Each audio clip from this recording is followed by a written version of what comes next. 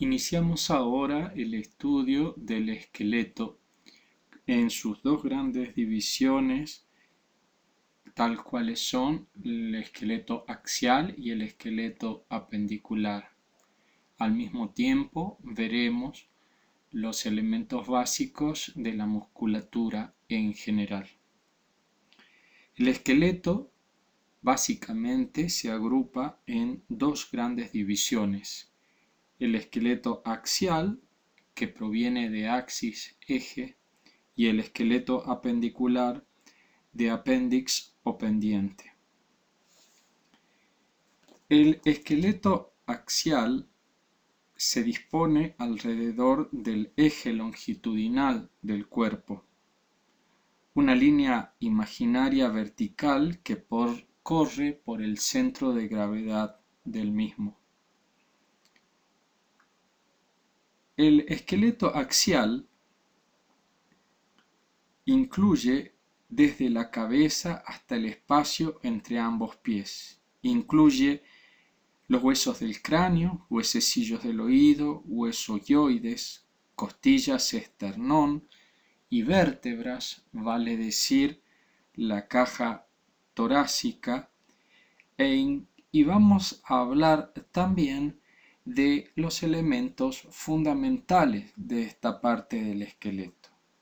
Mientras que el esqueleto apendicular está constituido por los huesos de los miembros o extremidades superior e inferior, y los huesos que forman, como ya dijimos anteriormente, la cintura, que son aquellas estructuras que unen el esqueleto apendicular al esqueleto axial.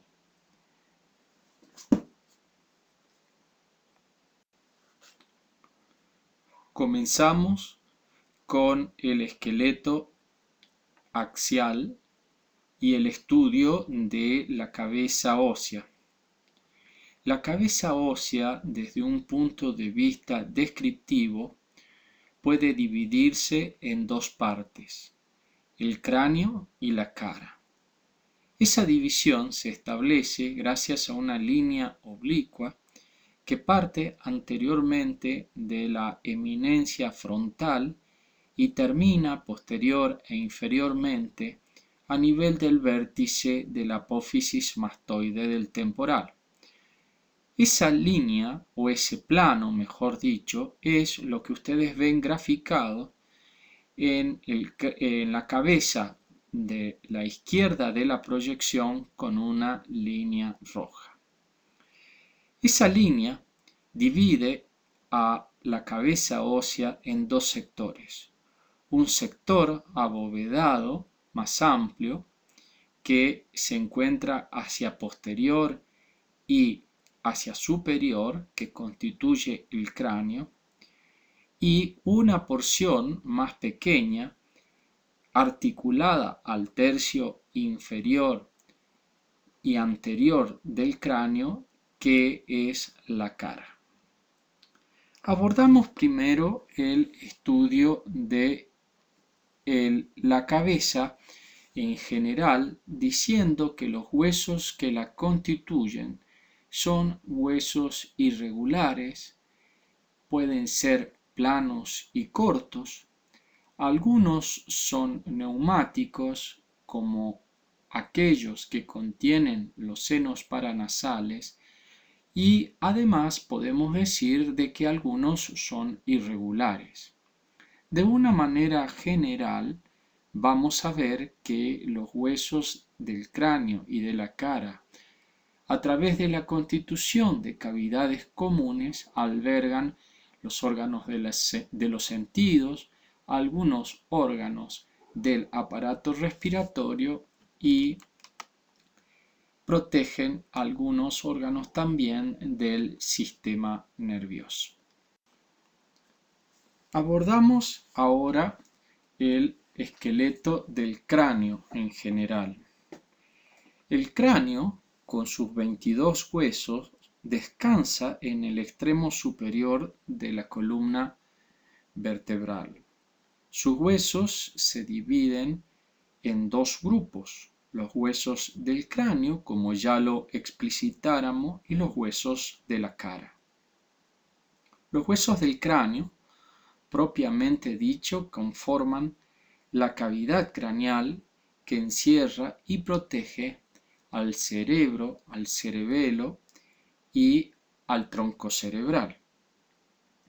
Los 8 huesos del cráneo, vamos a ver que algunos son pares y bilaterales y otros son impares y medio, mientras que los huesos faciales habitualmente son pares bilaterales, a excepción de la mandíbula, que es un hueso único.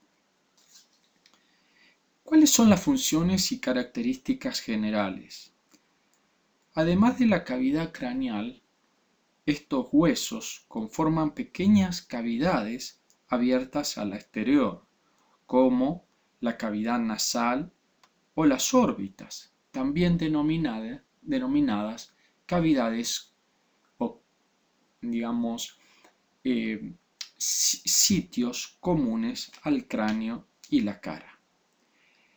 Algunos huesos de la cabeza, como ya lo dijéramos, contienen cavidades denominadas senos, que están tapizadas por la mucosa y se comunican con la cavidad nasal. Otras pequeñas cavidades dentro del cráneo albergan estructuras relacionadas con la audición y con el equilibrio. La mayoría de los huesos del cráneo están unidos entre sí por articulaciones fijas, denominadas suturas, como ya hemos estudiado anteriormente, y que forman parte de lo que se denominan articulaciones inmóviles o sin artrosis. La cabeza ósea tiene muchos accidentes topográficos, como forámenes u agujeros y fisuras por los que pasan diferentes elementos nerviosos y vasculares. Además de la función protectora del cerebro, los huesos del cráneo estabilizan las posiciones del cerebro, los vasos sanguíneos, linfáticos, mediante la fijación de la meninge a su superficie interna. Pero, no obstante esta función primordial, la superficie externa de los huesos del cráneo proveen una extensa área de inserción a los músculos que mueven diversas partes de la cabeza. Estos huesos sirven de inserción para algunos músculos encargados de la expresión facial, mientras que otras partes de estos huesos sirven para las inserciones destinadas a los a los músculos vinculados con la masticación. Hemos establecido de una manera convencional que el esqueleto del cráneo en general admite una división en una bóveda y una base. El cráneo está delimitado en base a una línea oblicua que se extiende desde la eminencia frontal hasta la apófisis mastoides. Así tendremos los huesos que constituyen la bóveda y los huesos que constituyen la base. Comenzamos el estudio de la bóveda del cráneo, también denominada, según la nueva nomenclatura, como calvaria o calota. La bóveda del cráneo está constituida por varios huesos que de anterior a posterior están conformadas por el hueso frontal, los huesos parietales y el occipital, músculo posterior, y lateral e inferiormente el temporal. Como ustedes pueden ver en la parte alta de la proyección, verán en primer lugar hacia la izquierda el hueso frontal, que forma parte de la frente, el techo de la órbita y la mayor parte de la porción anterior de la base del cráneo a través de su lámina horizontal.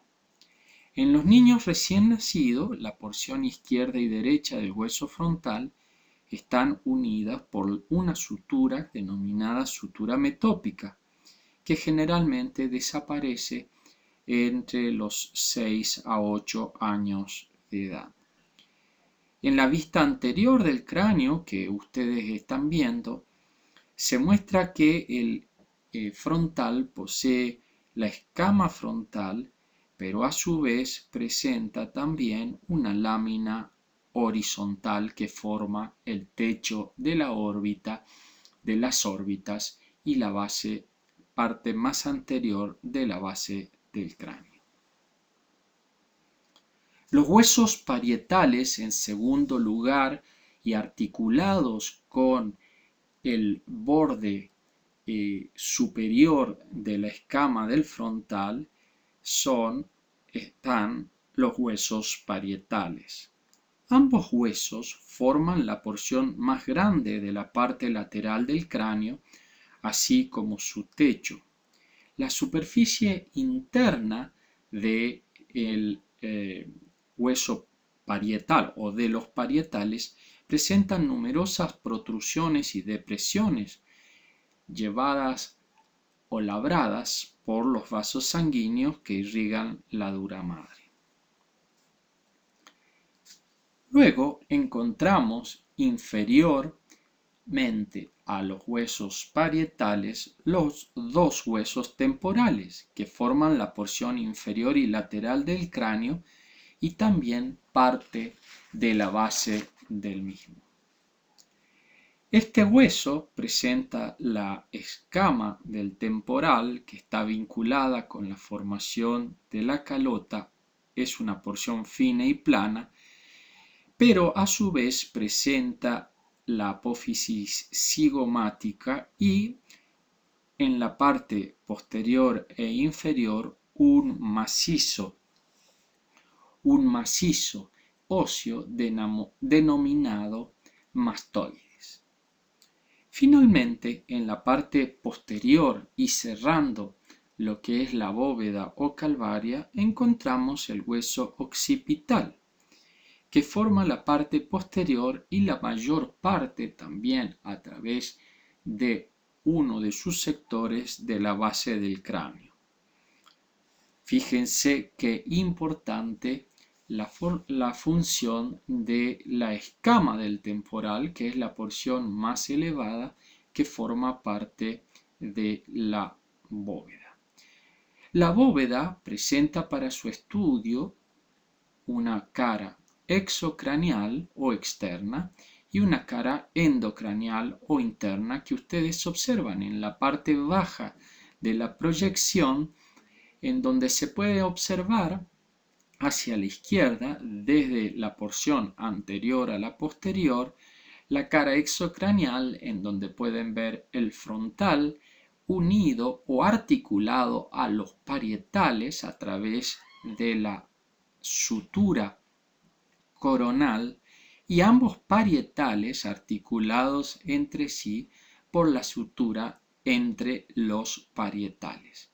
Finalmente, hacia atrás, el borde posterior de ambos parietales unido o articulado con la sutura correspondiente a la escama del occipital, mientras que a continuación, sobre flechas negras, ustedes pueden ver la cara endocranial de la bóveda del cráneo, en el cual verán diversas estructuras relacionadas con el seno sagital superior y las impresiones o surcos determinados por los elementos vasculares en la parte interior o endocranial de la base. La base del cráneo presenta una base interna, endocráneo, relacionada con el encéfalo, y una base externa, exocráneo, que ustedes ven en la izquierda de la proyección, mientras que la cara o vista endocranial de la base ustedes la ven sobre la porción derecha de la proyección. La cara o vista exocranial de la base ustedes ven que podemos dividirla a la visión externa por dos líneas transversales visigomáticas entre ambos tubérculos articulares que ustedes ven en amarillo y bimastoidea entre ambas apófisis mastoides que ustedes ven en rojo en tres zonas: una zona anterior o facial, una media o yugular y una posterior u occipital. La zona anterior está formada por los huesos frontales, esfenoides y etmoides, que ustedes no pueden observar debido a que sobre el tercio anterior de la cara exocranial de la base se articula el macizo facial. En la zona media o yugular encontramos en la línea mediana la porción basilar del occipital, que ustedes observan con el tubérculo faríngeo, e inmediatamente por detrás de esa porción cuadrilátera observan un enorme foramen que se denomina foramen magnum. Ese foramen magnum da salida a la porción del sistema nervioso que es exocranial, que es precisamente a partir de ese foramen hacia abajo que se transforma en médula espinal. A ambos lados de la línea media encontramos diferentes accidentes óseos a nivel de la porción escamosa del temporal, el ala mayor del efenoides y la porción anterior del hueso occipital y la cara inferior de la porción petrosa del temporal. La zona posterior, en ella encontramos, fíjense, la parte más posterior del foramen magnum en la línea media, y a ambos lados están los cóndilos occipitales, que son esas estructuras que ustedes ven en forma de planta de zapato, la fosa y el conducto condilio, y finalmente otros diferentes eminencias y protuberancias óseas que forman distintos elementos a considerar en la cara exocranial de la base. Pasamos ahora a ver la cara interna o endocranial del cráneo. Esta base interna del cráneo está dividida por el borde posterior de las alas menores del efenoides y por el borde superior de la porción petrosa del hueso temporal en tres fosas que se pueden graficar como anterior, media y posterior también. ¿Dónde están las alas menores del esfenoides? El esfenoides, fíjense en el gráfico de la derecha, es el hueso impar de forma irregular y de coloración verdosa que ven en la parte media de la base del cráneo. Y la línea amarilla horizontal pasa precisamente por el borde posterior de esas eminencias óseas que van de medial a lateral y que se denominan precisamente a las menores del efenoide. Por el contrario, verán en rojo la segunda línea que ya fue descrita y que decíamos que pasaba por la porción petrosa del hueso temporal, y que ustedes observan el hueso temporal, los huesos temporales, en un color grisáceo, bilaterales, y ven que pasa por la parte superior dos líneas oblicuas de color rojo que están configurando en cierto modo la división entre la parte media de la base del cráneo y la parte posterior. La fosa craneal anterior está limitada en dirección anterior por la cara posterior del hueso frontal y en dirección posterior por el surco prequiasmático precisamente del esfenoides. Observen ustedes que presentan estructuras que están localizadas en la parte media, una de ellas, un hueso del cráneo, que es impar y medio y que ustedes observan la cara endocranial del mismo en color amarillo, que es el etmoides, con sus diferentes accidentes y estructuras muy importantes.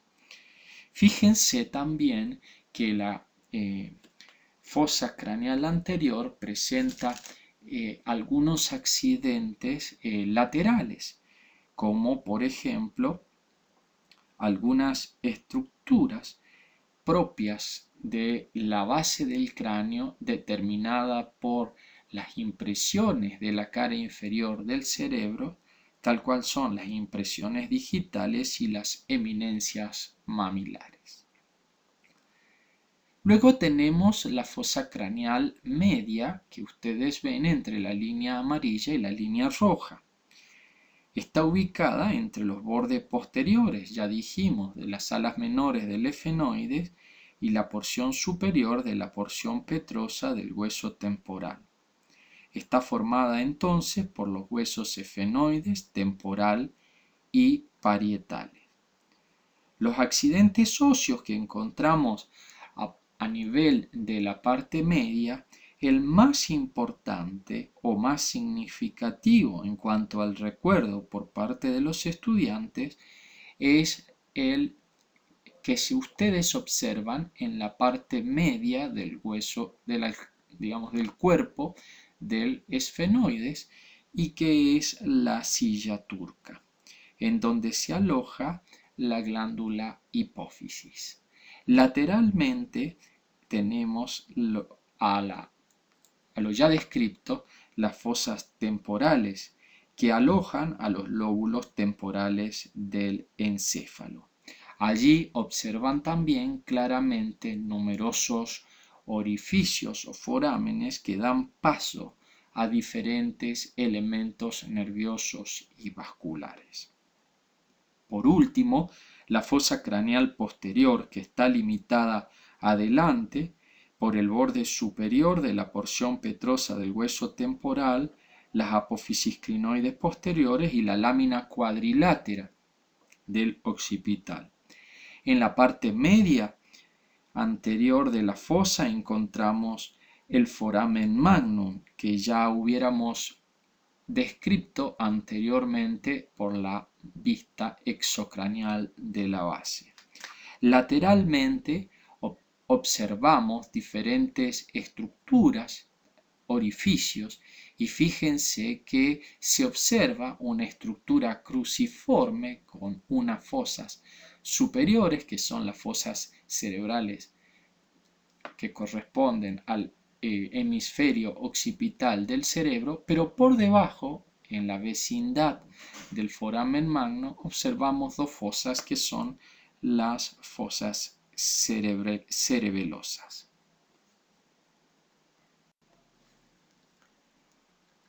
En el cráneo del recién nacido observamos que el desarrollo óseo no ha sido completo y aparecen las estructuras denominadas fontanelas.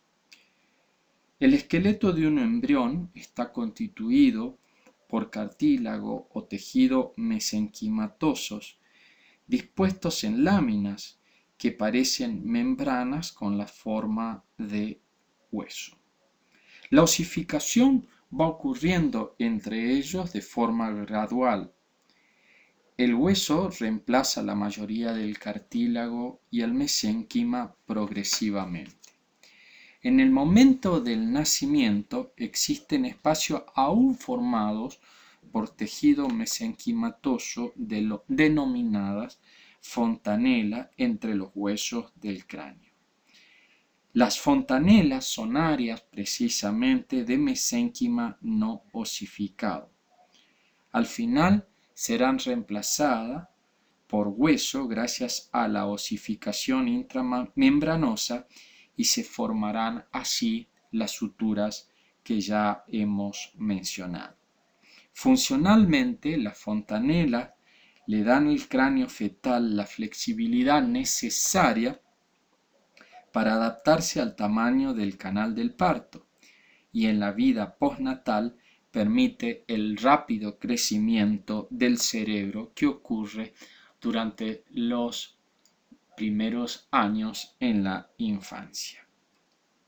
Así tenemos fontanelas diversas, entre las cuales podemos mencionar la fontanela anterior, que ustedes lo ven en la vista superior del cráneo, es impar, la más grande, se ubica entre los huesos parietal y frontal y tiene una forma aproximadamente romboidal.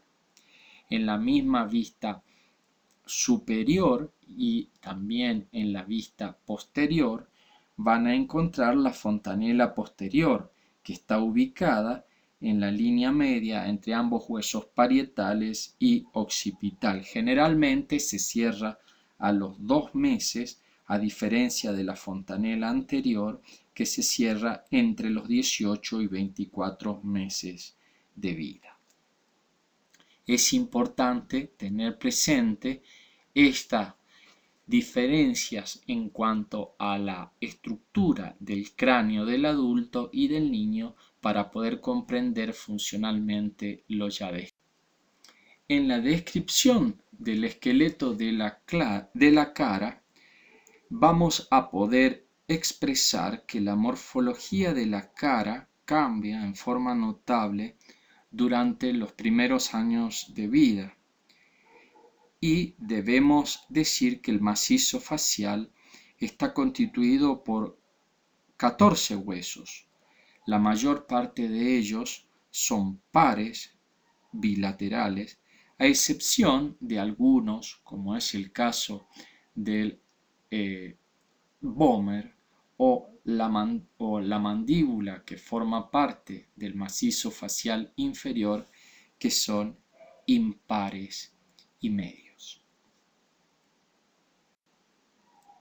En cuanto a una descripción general de los huesos de la cara, podemos decir que los huesos nasales, que ustedes ven claramente, se unen en la línea media y forman parte del puente de la nariz.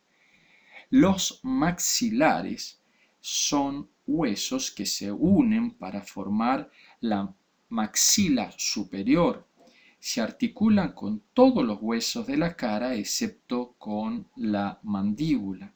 Los maxilares son importantes porque forman parte del piso de la órbita, de las paredes laterales y piso de la cavidad nasal y la mayor parte del paladar duro.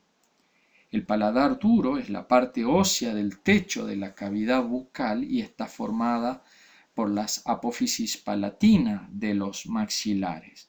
Cada maxilar contiene un gran seno maxilar que se comunica con la cavidad nasal. Es importante comprender que el maxilar es un hueso central en la cara.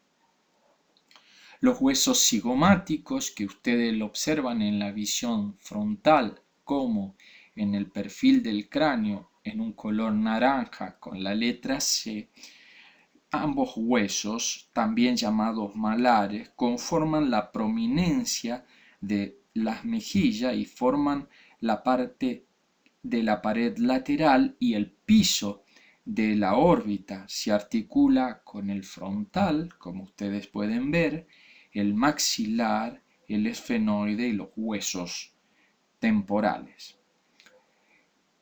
Después veremos los huesos lagrimales, que ustedes pueden señalizarlos o lacrimal en rojo.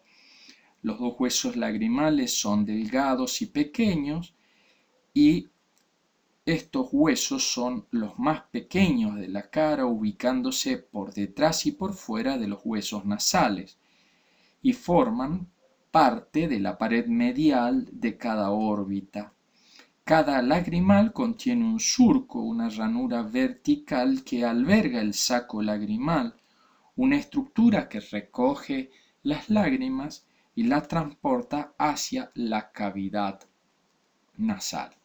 Existen otros huesos más difíciles de observar, como los huesos palatinos, que contribuyen a formar parte de las fosas nasales, los cornetes nasales inferiores, estructuras que ustedes lo pueden observar formando parte de la pared medial de las fosas nasales, el vómer, que es un hueso cuadrilátero ubicado en el piso de la cavidad nasal, articulándose por arriba con la cara inferior del esfenoides y por abajo formando una articulación con una eminencia o con una cresta del piso de las fosas nasales. Finalmente tenemos la mandíbula, antiguamente denominado maxilar inferior, que es el hueso facial más largo y más fuerte. Es el único hueso móvil de todos los que forman el macizo facial o cráneo facial. Y en la vista de perfil se puede ver que la mandíbula está constituida por una porción curva, horizontal el cuerpo, y dos porciones ascendentes, perpendiculares las ramas. El ángulo de la mandíbula es la zona donde se une estas ramas al cuerpo. Cada rama presenta una apófisis condilar en el sector posterior que se articula con la fosa mandibular y el tubérculo articular del hueso temporal, tubérculo cigomático anterior, formando la articulación temporomandibular, por un lado, y la apófisis coronoides, que es la eminencia más anterior donde se inserta el músculo temporal. Entre los diferentes huesos del cráneo y aquellos que constituyen la cara, ustedes pueden observar que se forman diferentes cavidades comunes al cráneo y la cara. Tal es el caso, por ejemplo, de lo que ustedes ven en la parte alta de este corte frontal sobre el cráneo desde una vista lateral, de una vista anterior, perdón, en el cual ven lateralmente ambas fosas orbitarias que están integradas por huesos del cráneo, como son el caso del frontal hacia arriba, el esfenoide hacia atrás, y huesos y el etmoides en su parte medial, mientras que a su vez se completan la cavidad orbitaria lateralmente por el hueso cigomático e inferiormente por el maxilar. Observen que en relación inferior y medial a las cavidades o fosas orbitarias se encuentran las fosas nasales, que están delimitadas superiormente por la parte inferior del etmoides y más hacia atrás del cuerpo del esfenoides, inferiormente por la apófisis cigomática del maxilar y la lámina horizontal del palatino, lateralmente por la cara medial del maxilar, los cornetes superior y medio que le pertenecen y el cornete nasal inferior, que es un hueso de la cara. Observen ustedes aquí que el piso de las fosas nasales constituye el techo de la boca o paladar duro, como ya fuera. Hablamos de la columna vertebral. La columna vertebral, también denominada raquis o espina dorsal, representa una parte importante en la longitud del cuerpo y está configurada por una serie de elementos que se repiten desde el punto de vista óseo y que se llaman vértebras. Las vértebras forman una estructura muy significativa que en número de 33 se relacionan unas con otras de superior a inferior para constituir la columna vertebral. La columna vertebral tiene una longitud promedio de 71 centímetros en el hombre y un poco menos en la mujer.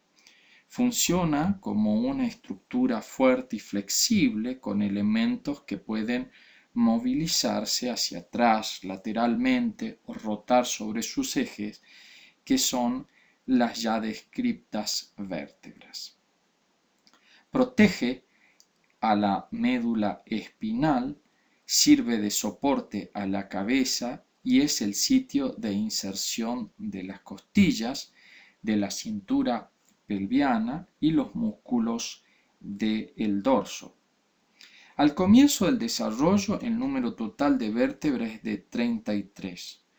Durante el crecimiento de una persona pueden existir funciones, pueden existir relaciones entre las diferentes vértebras sacras y coccygias, pero podemos dividirla en 5 secciones distintas según sus características. Y así tendremos un grupo superior en la región del cuello, constituido por 7 vértebras denominada región cervical. A continuación, el siguiente segmento se denomina torácico, está en la región posterior de la caja torácica y presenta 12 vértebras. Luego, 5 vértebras lumbares, que son el soporte de la porción inferior de la espalda. Un hueso sacro formado por el grupo inferior al lumbar y que contiene 5 vértebras fusionadas. Y por último, el grupo llamado coccigio, que contiene 4 vértebras fusionadas en una estructura conocida como coxis. En el plano frontal, la columna vertebral presenta dilataciones y estructuras, pero básicamente en ese plano la columna vertebral y las vértebras van engrosándose y aumentando de dimensiones desde la porción superior a la inferior. En el plano lateral o en la vista de perfil, la columna vertebral del adulto muestra 4 curvas suaves denominadas curvaturas normales. Con respecto a la región anterior del cuerpo, las curvaturas cervical y lumbar son convexas, se curvan hacia atrás y se denominan lordosis, mientras que la curvatura torácica y sacra son cóncavas, sifosis. la curvatura mira hacia adentro. Estas curvaturas de la columna vertebral aumentan su resistencia, ayudan a mantener el equilibrio del cuerpo en posición erecta y absorben el impacto cuando una persona camina, protegiendo a las vértebras de la fractura. Es importante remarcar una diferencia sustancial en el feto y también en el recién nacido, en donde la columna vertebral tiene aproximadamente las mismas dimensiones de la médula espinal, cosa que posteriormente el desarrollo de la columna vertebral será más rápido y más importante, pues la médula espinal solamente se agota a nivel de la primera vértebra lumbar o del disco intervertebral que separa la primera de la segunda.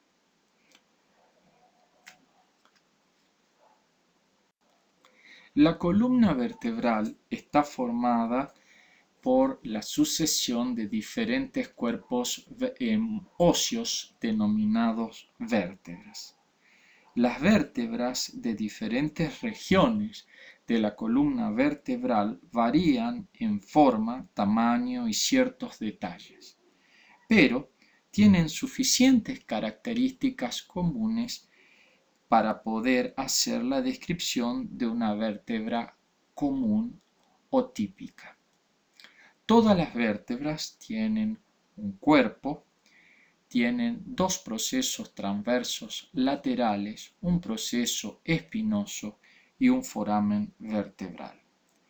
El cuerpo vertebral, del cual ustedes ven una vista superior, lateral y en diferentes posturas, el cuerpo se encuentra en la porción anterior, es grueso y con forma discoide. Es la porción que soporta el peso de la vértebra. Su cara superior e inferior son rugosas debido a la inserción de los discos cartilaginosos intervertebrales, y la cara anteriores y laterales presentan una estructura en general cilíndrica que es habitualmente rugosa. El arco vertebral está formado por dos apófisis cortas y gruesas llamadas pedículos que permiten unir el macizo apofisario al cuerpo vertebral. Vale decir que los pedículos se proyectan hacia atrás desde el cuerpo vertebral y se unen con las láminas planas para formar el arco vertebral. El arco vertebral se extiende hacia atrás desde el cuerpo de la vértebra y estas dos estructuras en conjunto rodean y configuran un foramen o agujero vertebral por donde transcurre la médula espinal. En conjunto, todos los agujeros vertebrales de todas las vértebras forman este conducto. Los pedículos presentan su borde superior e inferior indentaciones denominadas escotaduras vertebrales. Y entre las escotaduras enfrentadas de la vértebra suprayacente con la infrayacente, determinan los forámenes o agujeros intervertebrales que permiten el pasaje o emergencia de los diferentes nervios espinales en las distintas regiones del cuerpo.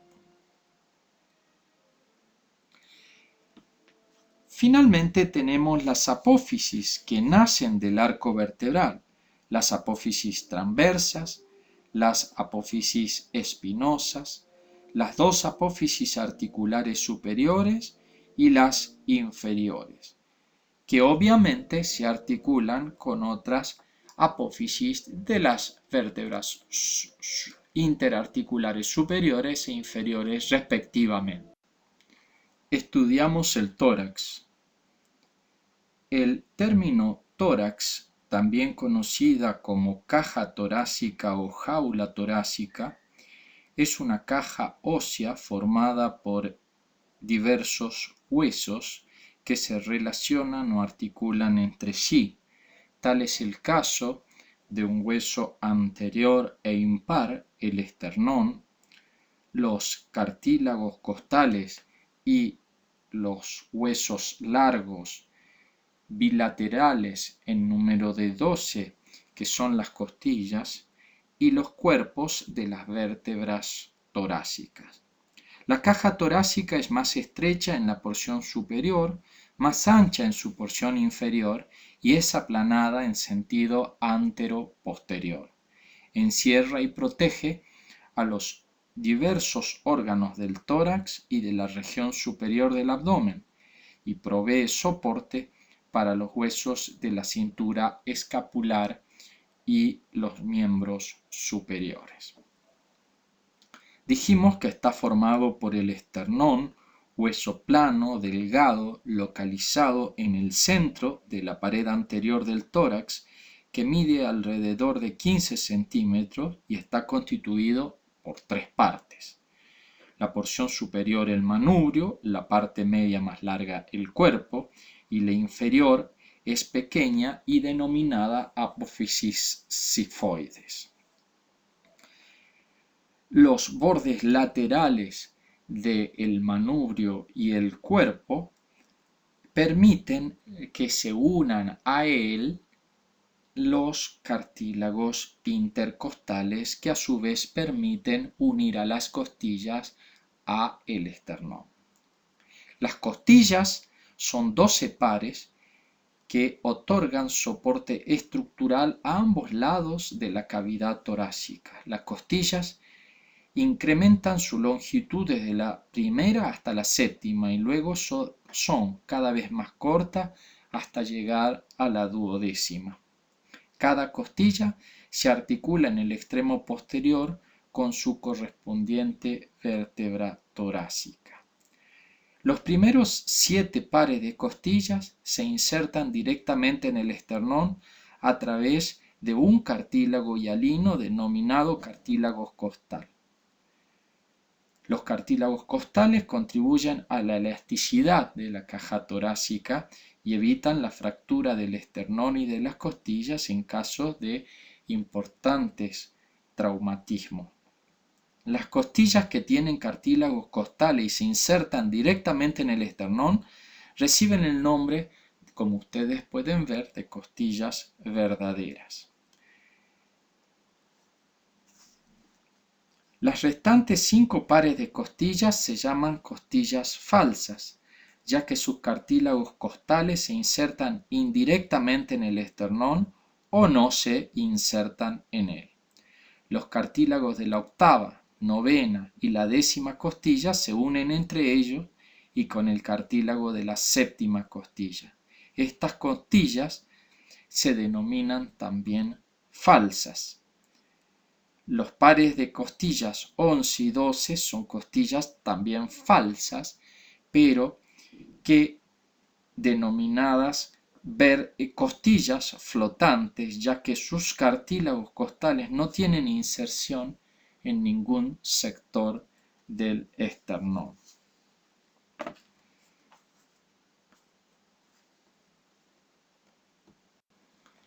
Abordamos ahora el esqueleto del miembro superior.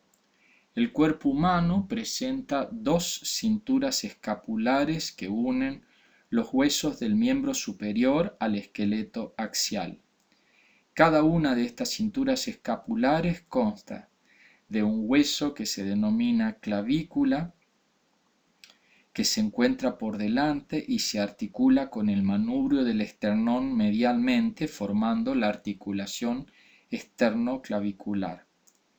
La escápula se articula con la clavícula en la articulación acromioclavicular lateralmente y con el húmero en la articulación glenohumeral u hombro.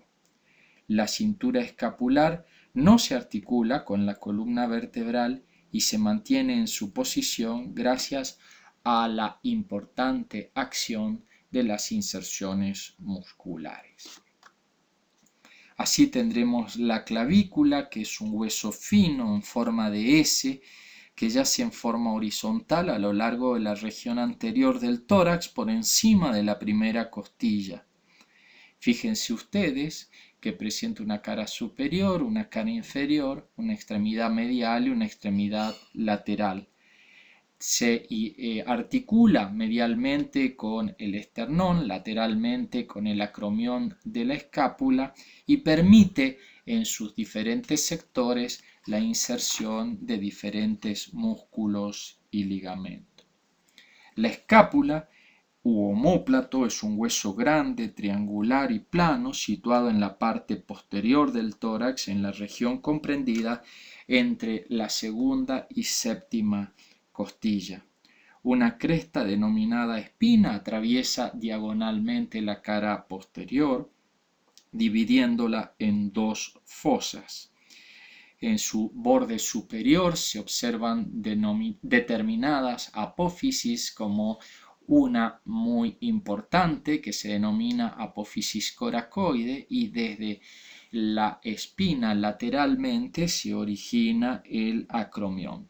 Al igual que la escápula, de sus diferentes sectores presenta la posibilidad de inserciones musculares y ligamentarias, y en su borde lateral se observa una cavidad articular denominada cavidad glenoidea que permite la articulación a ese nivel de la cabeza del húmero. La extremidad superior presenta 30 huesos en 3 localizaciones distintas. Podemos identificar en el miembro superior 3 sectores: el brazo, el antebrazo y la mano. Y a su vez, en la mano podemos identificar el carpo, el metacarpo y las falanges. El húmero, que constituye por sí solo el esqueleto del brazo, es un hueso grande y largo porque predomina en él la longitud sobre otras dimensiones del espacio. Como todo hueso largo, presenta 2 extremidades o epífisis, una proximal y otra distal, una parte media, cuerpo o diáfisis, y en determinado momento de la vida de la persona, ese cuerpo o diáfisis se relaciona con la extremidad proximal y distal o epífisis a través de la metáfisis. El cuerpo es de sección prismática triangular, y en la epífisis proximal se observa la cabeza del húmero, que se articula con la escápula, 2 tubérculos, uno mayor y otro menor, que dan inserciones a diversos músculos de la cintura escapular, mientras que la epífisis distal presenta superficies articulares y otras no articulares. Las superficies articulares, la tróclea del húmero y el capítulo del húmero, mientras que las dos no articulares, eminencia medial y lateral, son los cóndilos medial y lateral respectivamente del húmero. En él se insertan numerosos ligamentos que forman las relaciones con las articulaciones glenumeral superior y la articulación del codo, así como también músculos que se distribuyen en el brazo en un sector anterior y posterior. El esqueleto del antebrazo está formado por 2 huesos largos. Uno medial es el cúbito o ulna y uno lateral que es el radio. El cúbito es el hueso más largo que el radio, y en el extremo proximal del cúbito pueden observarse el olecrano, que forma la prominencia del codo. En este sector, junto al olecrano, presenta una proyección anterior que es la apófisis coronoides, y que de estas 2 apófisis en la cara anterior aparece una escotadura, que es la escotadura troclear, que se va a articular con la tróclea humeral. Asimismo, lateralmente, el cúbito presenta una superficie denominada superficie radial del cúbito, que va a relacionar la extremidad superior del radio con el cúbito. Distalmente, el cúbito presenta la cabeza, una estructura cilíndrica, y en la parte posterior se observa una pequeña apófisis o saliente, que es la apófisis estiloide del cúbito. En cuanto al radio, se encuentra en la región lateral del lado del pulgar. Su extremidad proximal presenta la cabeza con forma de un segmento de cilindro que se articula, como ya dijimos, la cara superior de esa cabeza con el capítulo del húmero y el borde lateral de la misma con la superficie cubital con la superficie radial del cúbito, formando parte de la articulación del codo. A su vez presenta un cuello, presenta una tuberosidad en donde se inserta el bíceps braquial. Su cuerpo o diáfisis también es de una sección prismática triangular, y la extremidad distal es más voluminosa, ensanchada, formando la apófisis estiloide en la porción lateral del hueso, que es subcutánea. Tanto en el cúbito como en el radio toman inserción numerosos elementos ligamentarios, tanto para la articulación del codo como la articulación de la muñeca, y entre ambos huesos se extiende la membrana interósea. Pero también da inserciones cada uno de estos huesos a diversos músculos del grupo anterior y del grupo posterior del antebrazo. En cuanto a la mano, tenemos que la mano se divide en tres segmentos. El carpo, que es la región proximal de la mano y se encuentra formada por 8 huesos cortos denominados carpianos, unidos entre sí a través de diversos ligamentos. Las articulaciones entre los huesos carpianos se denominan intercarpianas. Estos huesos carpianos, o el carpo, está formada por 8 huesos dispuestos en 2 filas de 4 huesos cada uno. Sus nombres reflejan su forma, y en la fila proximal, de lateral a medial, encontramos el escafoide, el semilunar, el piramidal y el pisiforme, y en la segunda fila, en la misma, siguiendo la misma, digamos, de lateral a medial, encontramos el hueso grande, el trapecio, trapezoide, el hueso grande y el hueso ganchoso. El metacarpo, formados por huesos largos, constituye la palma, es la región intermedia de la mano, y está constituido por 5 huesos metacarpianos. Cada hueso metacarpiano presenta, como todo hueso largo, una base proximal, una base distal y un cuerpo intermedio o diáfisis. Se enumeran del 1 al 5, desde el pulgar de lateral a medial.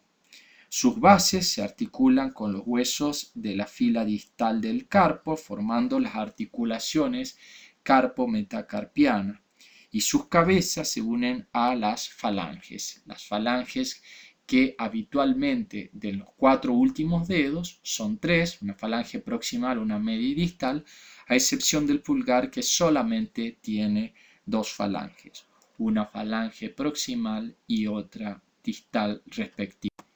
Vemos la estructura de la mano, una estructura ósea, en donde desde su visión anterior desarticulada y en su vista posterior, así como en su visión radiológica, pueden observar ustedes que están formadas en la parte alta por los huesos que corresponden al carpo, en la parte media los metacarpianos y finalmente en la parte inferior las falanges. Observen ustedes los huesos de la primera y de la segunda fila del carpo, los 5 metacarpianos que van del 1 al 5 del lateral a medial desde el pulgar hacia la parte media, y finalmente las falanges que son proximales, medias y distales en los 4 últimos dedos, proximal y distal respectivamente en el dedo. La cintura pelviana o cadera consta de 2 huesos de caderas o coxales. Los 2 huesos coxales se unen por delante anteriormente a través de la sínfisis del pubis. Por detrás, en sentido posterior, se unen al sacro y forman la articulación sacroilíaca. Este anillo completo, formado por los huesos coxales, la sínfisis del pubis y el sacro, forman lo que se conoce como la pelvis ósea. Esta provee un soporte sólido y estable a la columna vertebral y da soporte y alberga a los órganos de la pelvis. Además, la cintura de la pelvis conecta el esqueleto axial con los huesos del miembro inferior. Cada uno de los huesos coxales está formado en el recién nacido por 3 huesos separados por cartílago. La porción superior es el ilion, la inferior y anterior el pubis y la inferior y posterior el isquion. Hacia una edad ya madura en la juventud, estos huesos terminan de fusionarse y, a pesar de funcionar como una unidad, los anatomistas habitualmente lo estudian de manera separada. Finalmente presentamos la bibliografía, que básicamente está constituido por los libros que habitualmente presentamos y que solicitamos a ustedes tener en cuenta, tal cual es el caso del Tórtora de Erickson. Pero en este momento debemos agregar a este libro que ustedes ya conocen, libros específicos de la anatomía humana, como son el Latarjer-Ruisliard, el Rouvier, el Pro o el Moore-Agur. Cualquiera de ellos pueden acceder a través de la biblioteca virtual o bien de sus presentaciones a través de internet. Les agradezco mucho su atención y espero poder comentarles el próximo tema en la clase próxima. Les agradezco mucho nuevamente y será hasta ese momento en que nos reencontremos. Muchas gracias.